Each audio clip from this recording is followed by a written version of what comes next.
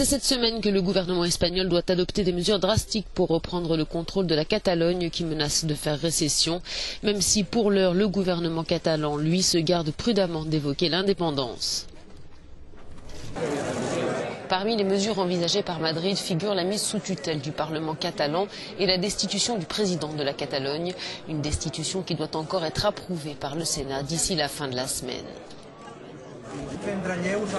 La gifle a été cinglante pour Carles Puigdemont, dénonçant une atteinte à l'état de droit et pointant du doigt ce qu'il estime être la plus forte attaque contre sa région depuis la dictature franquiste.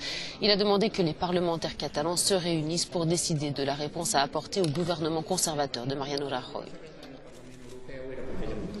Ce dernier, disposant d'une confortable majorité au Sénat, devrait faire approuver ces mesures sans grande difficulté et elles déboucheront sur une suspension de facto de l'autonomie de la Catalogne. Reste que pour nombre d'observateurs, les doutes sont grands sur leur efficacité. Quant à certains juristes, ils émettent de vives réserves sur les conséquences de ces mesures ainsi que sur leur constitutionnalité.